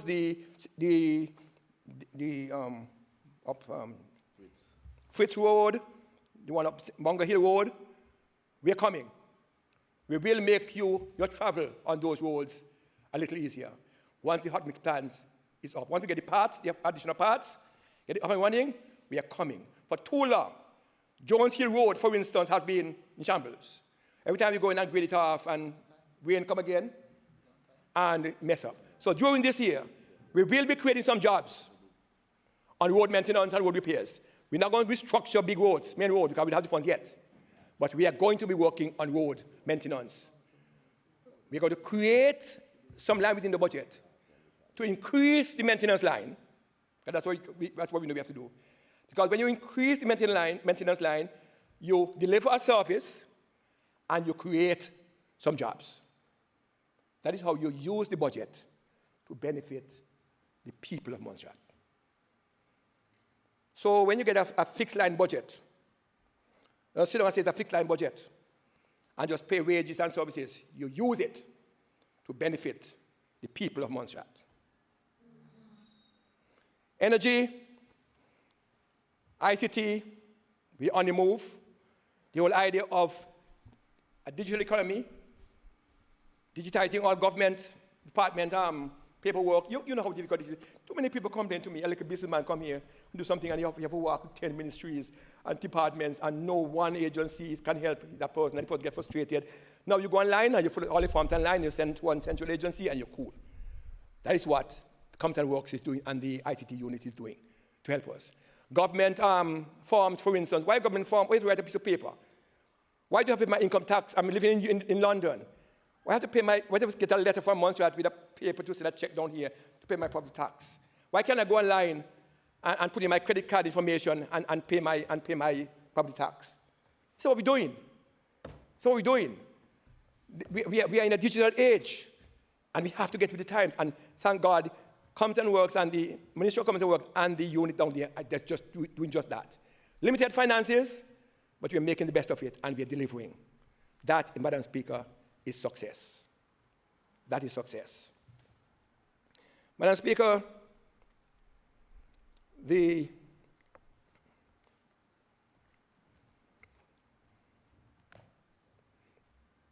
minister spoke about energy.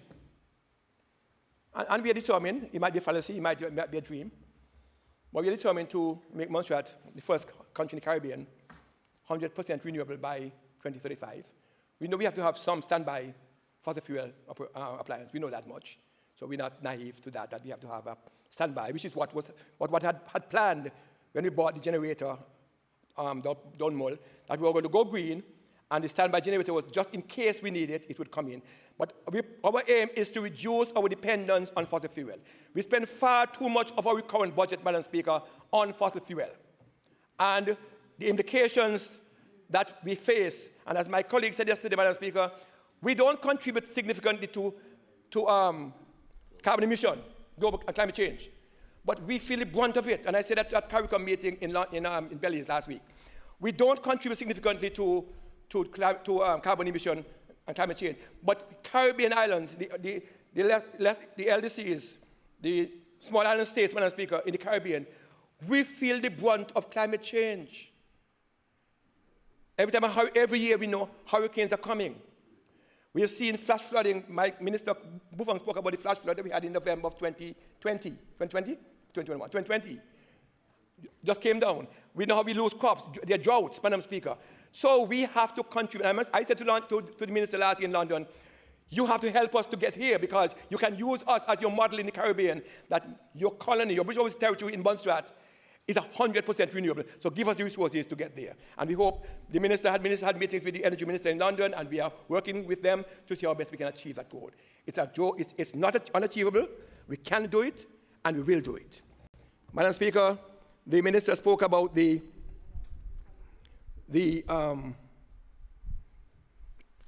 launch of the vehicle license plate. If a certain member want to put Mundo upon here, want to put Bambi upon here, license plate, I don't know name so. They pay to put it on. Pay to put it on. I don't know name so, but you don't want to put it on. Or if another member wants to put on something else, what they want to put on, they will pay for it, Madam Speaker. Some people, Madam Speaker, it's all about me. They give away nothing, yeah? So away with them. The online vehicle license, what a joy it is. Imagine, you go to Antigua, you go to the US for a holiday for 2 months, and March come and your license number is March, but you're not coming until the end of May. When you come home, you have to go rush for your license. You're in America, or in the US, or England, end of March come, you go online, you pay your license, you come home, go in your vehicle, gone. You have to come here and then go down there to line up and wait for license. So these, Madam Speaker, innovations. This is what we talk about, a progressive government. Not a government who failed to take decisions. Not a government who refused to make decisions because they feel they're going to lose some votes. Of course, Madam Speaker, people vote for us to make decisions, not to put pressure on them, but to help them along the way. This, Madam Speaker, is what you talk about, helping people pay a license overseas, change your arm, put on your big name on your screen, on your license plate. Do those things, Madam Speaker. Madam Speaker, giving these Montserrat Secondary Schools $3,000 in equipment, $30,000 in equipment, Madam Speaker, to bring them along in terms of digitization, because we have to start with the children. So that 10 years from now, Madam Speaker, it's not us. We are old people. All of us are old people by that time. All of us. It is the younger generation, you too. It is the older generation, Madam Speaker. Madam Speaker, it's the older generation. It's the older people, Madam Speaker. It's the younger people, Madam Speaker. We have to, all of you old people by that time, 10 years from now. It's the younger It's the younger generation, Madam Speaker, that we have to bring along so that they can, in fact, Madam Speaker, yesterday my minister, one member was talking about agriculture, and you're so true. I have been saying all along, if you expect young people to go in a field, go use hoe, you're a joke. If you expect young people to go in the sun, go work, you're a joke. What they want is 3 greenhouses, a shed, like a room at the farm with a computer and everything. The fertigation, the watering, everything is done from the little room there, and all they do is harvest. That is the direction that this government is taking. And the minister and I will be going someplace, sometime. When you get your vaccination. to do just that. To encourage people to invest in agriculture, not in the field. Yes, a little bit I have to go on. And your sweet potatoes must go in the field and so.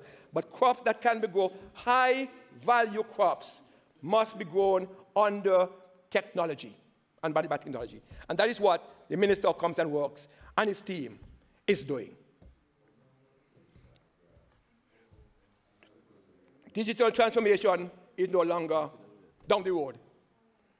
It's something you have to do now. And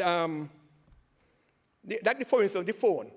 I could use my phone as visually impaired minister. You know, my phone could use it. I put it on, and you can't see it. But people out there who generally don't have the means to acquire a phone. They're visually impaired, they're whatever it is.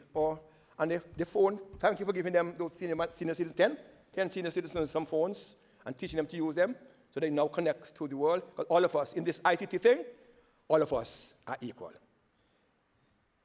Digitization of government is critical. And the driver's license and the energy, I spoke to that, and the road, I spoke to that. And the port project, I don't want to go over that again. And labor, of course, the minister spoke there yesterday. You see, Madam Speaker, in 2 years, and I'm not bragging, but we have to brag. We're not bragging, but we have to brag.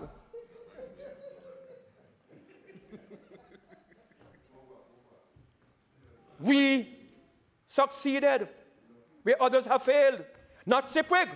Because all of these things have nothing to do with CB program, nothing whatsoever. It's innovation, it's ideas, it's us coming forward and thinking outside of the box. Unlike some people, we think outside the box. And I don't restrict my ministers, because I said to them, and they could say it now. When we won, I said to my ministers, and I teach you a little lesson, we are one government. If the Minister of Agriculture needs something done, of Agriculture, don't tell me you have to pay you no money. Don't make sense. Ask them. We are one government. So why should I take money from this pocket from Agriculture to pay a Minister of Commerce and Works when you have a bulldozer sitting down and still pay the man to do it? That not happen. It not happen. So you could talk about your budget lines and how much lines you have. If I had my way, I throw this budget form back out of the way. Throw it out if I have my way. I don't have my way. Because 60 years it's in place. It's retarding progress. But I will ask the others to see how we can modify it. Because that is what's keeping you back. Ministers must work together to get things done. It's one government. It's not about me and you. It's one government. And until we all see that there, so I'm not talking for Agriculture or Commerce and Works. No. Yes, you have to show yourself, of course, because you have to prove your worth. But at the same time, the overall success of the government is all. Because, you know, the Ministry of Finance don't have no projects, you know. There is some. The Ministry of Finance are the custodian of funds for all the other ministers. You know that, right? You know that. You know that. So their success is my success. You think I take some too? Of course, I take some. You think I take some? Their success is mine. I don't know about him. I know about him. My success, when they succeed, I succeed too. So I work with them to succeed. Yeah? No, I work with them. So when on Hector succeed, and the Colonel succeed, and the Buffon succeed, and the Joseph succeed, but me succeed too. Me know about you. All of we. All of we one. So, Madam Speaker, that be on point. So, Madam Speaker, that is that. Where we had my time, Madam Speaker? 1:33? Yeah. Madam Speaker, the Minister of Agriculture. Minister of Agriculture, the Minister of Health, Madam Speaker, did a fantastic job in marshalling his forces during the COVID crisis and even now. And yes, Madam Speaker, there's a little incident, and I'm sharing from it with the Cubans. For 2 years, Madam Speaker, we had Cuban assistance, and just a few days ago, there's a little hiccup, And I understand that the unions might be working with some people, but we trash it out. I have I'll get it in my back pocket here, but I'll keep it there until I talk to the minister, to the member. I'll get a thing about the Cubans and they gone back. I think sometimes how we do things, but we talk about that. The point is, Madam Speaker, when I went to CARICOM, OECS,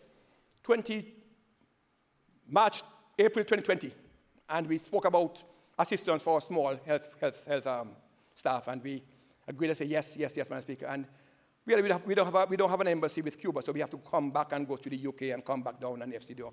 You know how the foreign affairs thing work. And Madam Speaker, we were able to get Cubans here for the past. And let me say so, we could not have paid for the specialist treatment that we have received over these past 2 years. Could not have paid for it. With specialist treatment. The amount of ladies who told me, thank God for bringing the Cubans here. The gynecologists, the pediatricians, the internists, the pediatrician, what do you call it?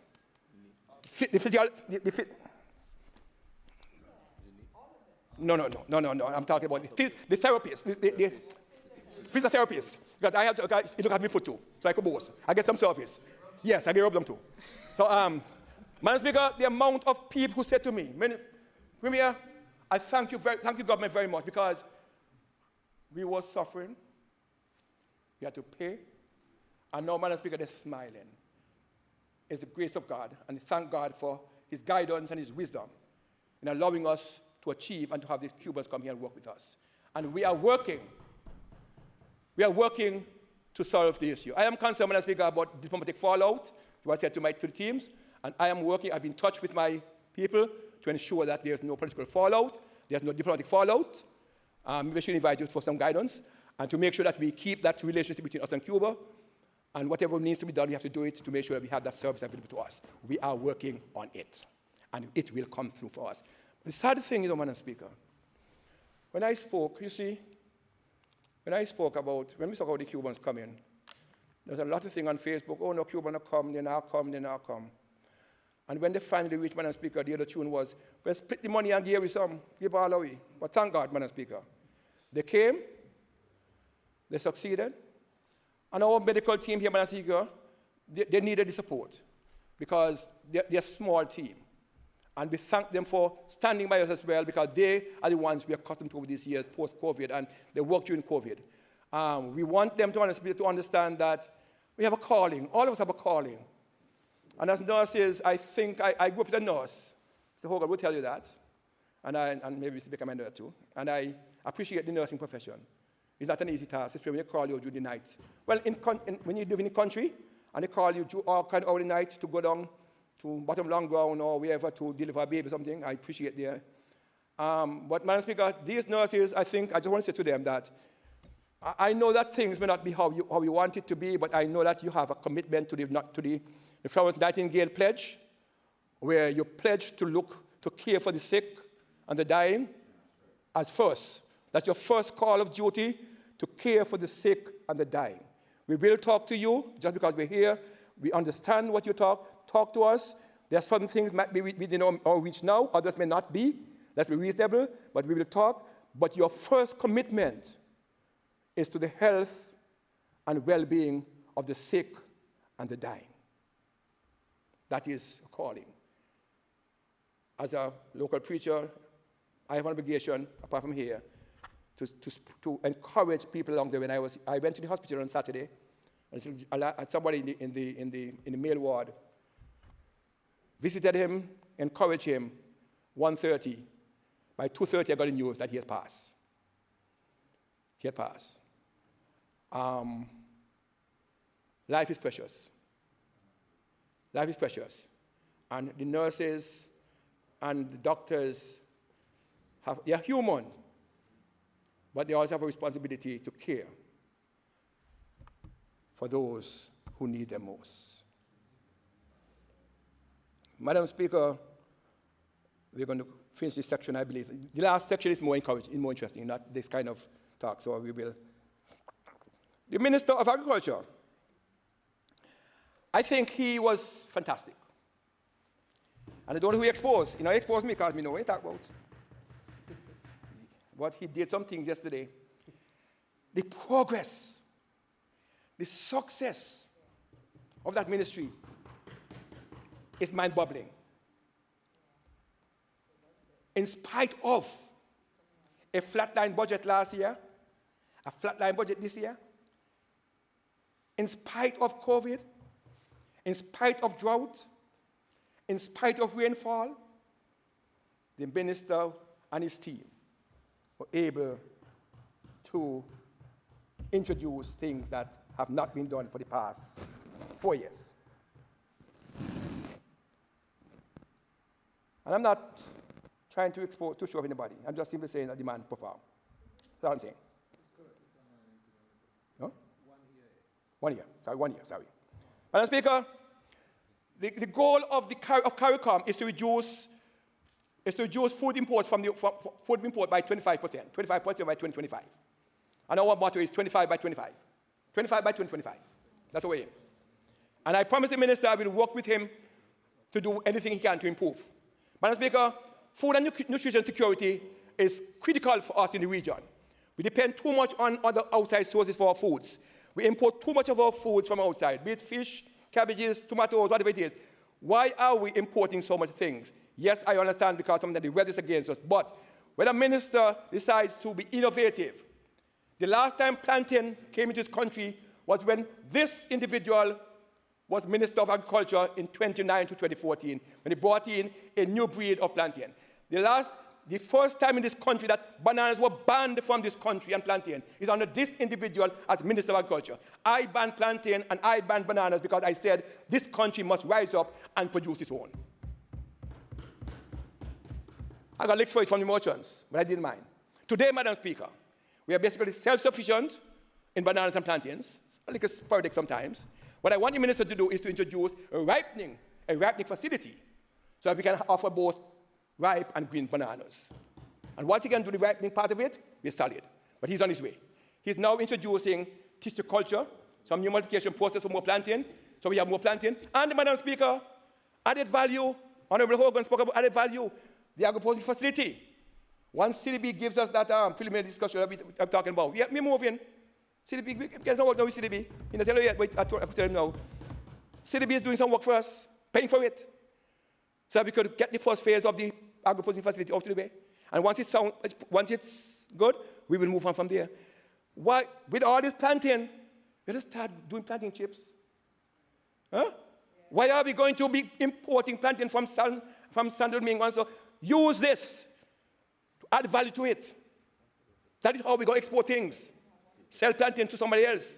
That's what we're doing. Sweet potatoes, for instance. I don't want any, I go to a restaurant, I don't want any white potato chips, fries. I don't. I buy sweet potato chips. Sweet potato fries, what are fries? Sweet fries, that's what I buy. We can produce sweet potato fries in Montserrat. We need to do it. And this is the direction that we have to take. And that is why, you see, when we spend 5 years in government and nobody come in 5 years and care what we do, I'll be sorry. The country not move. That's what I'm doing in the country. But anyhow, plantain chips, and plantain this, and white potato, and sweet potato this, and pickled onions. This is what you have to do, Minister. Minister, growing them. Don't let them go to waste. Some onions are too small to sell. Somebody take a little business, you buy a couple pounds and go home, peel them, put them in brine, sell them as pickled onions. We have to become creative, this country. Can't depend on England. So we talk about granting aid, community granting aid, that's what we're thinking about. Community granting aid. Do things to help yourself. Don't sit down, it's small onions on the roadside, buy them at 25 cents a pound, carry them home, peel them, and put them in pickle and add value and sell them for something else. It's a living. We got to become creative as a people of Montserrat. England not going to help us get to granting aid. They don't care one bit. We have to fight to get out. Some people don't like to hear that. But, so the whole multiplication, yams, for instance. Minister is now planting yams and mounds. That's a plot where yams and mounds. We buy hundreds of pounds of yams every week or 2 weeks from another country. We could grow them too. Yes, they have a little more rainfall than us, but yams no wonder load rainfall. Once they start, August comes, they start bulbing, right time for the rain. White potatoes, I went up to, Minister, don't know that. I went to Upper Blake's 3 Saturdays ago. Huh? That's my, no. Went to Upper Blake's 3 Saturdays ago. It's in my blood, I can't help it. and I saw some white potatoes. And I was a little skeptical when the minister was planting them at the time because I thought it was a bit late. And I said to the minister, it might be a bit late, you know. Remember I said that to you? But, Madam Speaker, God just sent the rain at the right time. Just when the potatoes start flowering, and flowering goes with optimization, and the rains came, and I see some product. Fantastic. Congratulations, Minister. You don't shut the body, you just do what you have to do. You don't shut the body. Shut the body at all. So, Madam Speaker, the minister spoke about water. Again, oh boy, sometimes one day I told him, I'll make you Minister of Finance for a month. He tired and bombard me about money. Some may get tired. This minister here, I ask you about money. But he's doing something, he deliver. Once he deliver, we go talk. He's not just asking for money just so, he delivering. When he come and say he wants $100,000 for subsidized water, yeah, you bombard me, I'm just tired. When he come and say he wants $100,000 for water subsidy, I say, Minister, we are getting fun. He said, Premier, I say, stop, you just come and say you want money. You just ask where you take money, go on tree. Because he don't forget that other people want money too. So you just come and say you want money, money for housing, money for agriculture, money for water, money for this. So you don't mind getting money. Anyhow, your work. So you deserve, you pay. Don't worry about that. Madam Speaker, he wants $100,000 for water. He is going to subsidize water rates for some farmers this year. So when the drought comes, farmers can still produce. This is success. This is innovation. This is what you have to do to make your budget work for the people of the country. Yeah, we're not talking about that yet. So, Madam Speaker, this is what is happening in agriculture. He gave thanks. Yeah, other people say they give thanks to, so that's all right. What we're producing. We introduced the trade in dangerous species. So the CITES, legislation, we introduced that in this house here. We do that. We have planned to so we got to regulate international trade in terms of the protected species. We do that. The reef, of course, we have a problem with the stony what? Stony cold disease. That we're going to work on. And the young people who have the training, they're going to be working along with him to do that. And the wetland. So, Madam Speaker, I don't want to go through everything the minister said. Because the minister yesterday just blew me off my feet. The kind of things he was doing in agriculture, he and his staff. Yeah, I mean, sometimes, you know, we just get vexed sometimes, but we can't get vexed. Are we partner, right? Okay. Housing, Madam Speaker. Madam Speaker, and some people like to say that, but me, say it. In 2014, after the election, I left $327,000 in a vote and a project ongoing in Lookout to finish some houses, just to bring them up to a standard. Some people say that they're not hurricane-proof, but people live in them. And when I look at the cladding of the houses, they're perfect inside, just the steel. And that money sat on the books for 5 years, 5 long years. It's last year, 2020. 2020, we came and we took that money, and we paid 19 houses in Lookout. 19. Just 2 weeks ago, Minister, or 3 weeks ago? 3 weeks ago. Lookout again. We are working to improve the environment, the health and safety of the people who live in those houses. There is no money in housing for that, but we're getting things done. How? Innovation. The service lots, Madam Speaker, it's ongoing. We started it in 2009, thereabout, I think. Yeah. And other governments continue. And the policy is, you show us that you could get a mortgage, and you only get the lot when you qualify for a mortgage, and you must build within a year. That has been the pattern. And so some people take a little longer, so you don't push people. Some people take a little longer to get the mortgage approved, depend on their credit rate, what they call it. It scores. FSL me out here. When your income is 40-something% of your income have to be from something. You've credit something. You can't, if your credit thing is about 46% thereabout, you're bordering. 40% is ideal for you to get a mortgage. So sometimes some people have struggled to get a mortgage, but I'm sure that most of these people, some have built already. I saw a construction going on, and I was there to bless the land, so I mean not that much. That's the foundation going on in the area, and we are moving. 4 completed, 1 coming, and I hear some people yesterday question about the 4. So it's 26% of what? I couldn't understand, Madam Speaker, because when I do a comparison.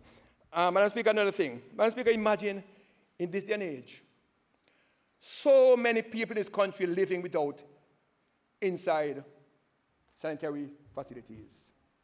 Or let me put it in other words, without toilet and bathroom. In this day and age, Madam Speaker, the minister, through his and staff, have completed helped some people who don't have any bathroom. Madam Speaker, imagine that if you're in your house and you're sick and you don't have a toilet inside, or what happened to you? This is empathy. You have to feel for the people. And the old people besides. So all along, nobody knew that these people needed some help. So are we talking about just election day? We don't know these people need help before election day, so that at least they could come along with us. The people need, Madam Peter, toilet and bathroom, water, and a face basin, and they don't have it. And we started it, Madam Speaker, in 2014. You know what they say, Madam Speaker? We give toilet for X, for vote. You know that? I know you all went around. We started it. I was in party government, and we thought that we need to help these people, and we did a few of them well. And they walk and say, oh, MCAP doing bathroom and toilet for X. And when we stop, they stop. Thank God. The minister, well, I think Mr. Osborne, I'm going to give credit to Mr. Osborne. I think he did a few of them, if I'm not mistaken. Let me give credit to him. The minister did some? I'm not sure. I know Mr. Osborne did a few. I don't know what the other minister did. I'm not saying he didn't do anything. I'm just saying I don't. I know David actually said, sorry, I don't know who thinks he did a few of them. And right now, Madam Speaker, there's two of them in Virgin Islands, which I did, and they rented out to the people who lived in them, but that is fine, Madam Speaker. This is what we're doing. Sand mining is the last thing on this thing I'm going to talk about, Madam Speaker. Sand mining, Madam Speaker, has been for a year now, we have been talking about sand mining. Sand miners have been discussing expansion of the mining area up the Bellum Valley, and for years they have been trying, Madam Speaker. We came in, and this government have to come and fix everything and do everything that nobody's want to do. They have been talking to everybody else, and nobody want to do anything, Madam Speaker. And we came in, and since July last year, we talked about sand mining. Because sand mining is in the exclusion zone, it's under the emergency regulation. We don't have control over it, because it's under the governor and the MDC, because it's emergency regulation, so the governor has to sign off to it. We can't give people permission.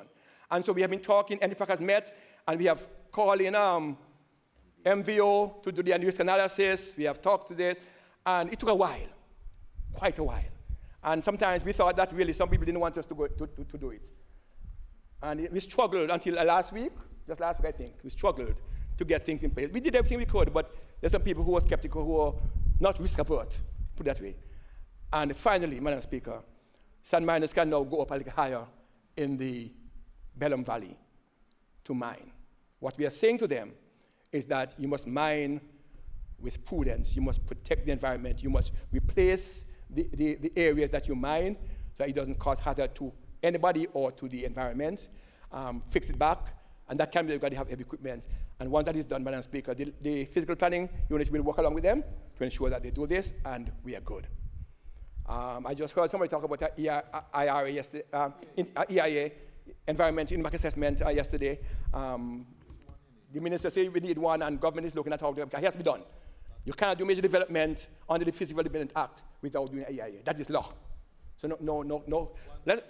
Let's not fool anybody and tell them government imposing it, but their law stays. And as Minister of Agriculture and other people, and physical and other people, we know we have to do EIA in new areas. Fort Gott is an area that we're looking at, and we have had permission to start working it. Again, the risk level is slightly higher in there, so we have to be working along with it, but we will eventually get there, I believe.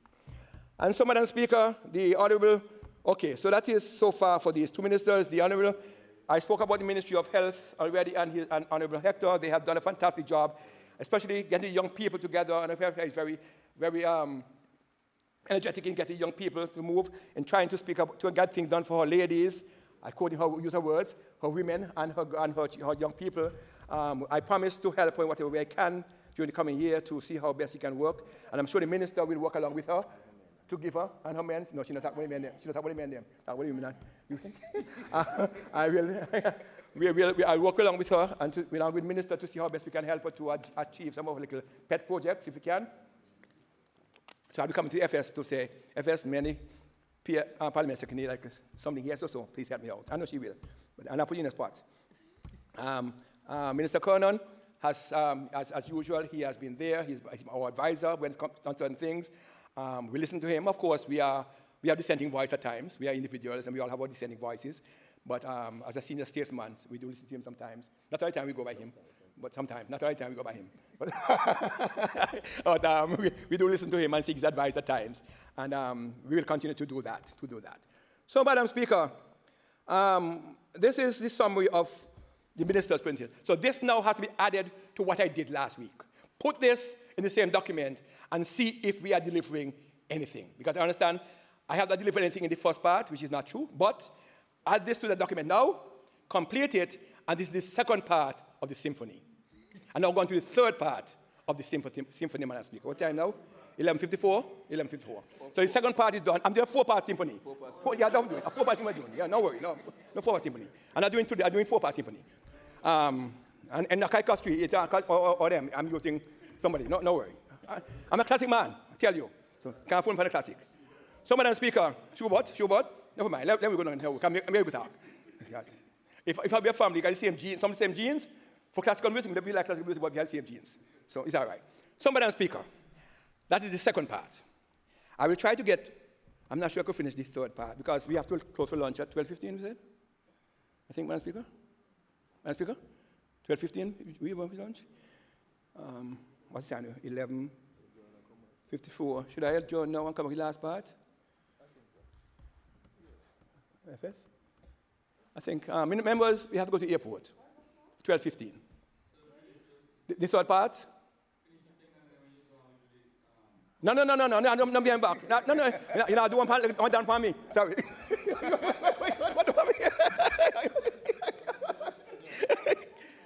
Huh? Lunch is here already. So what time? Okay, sorry.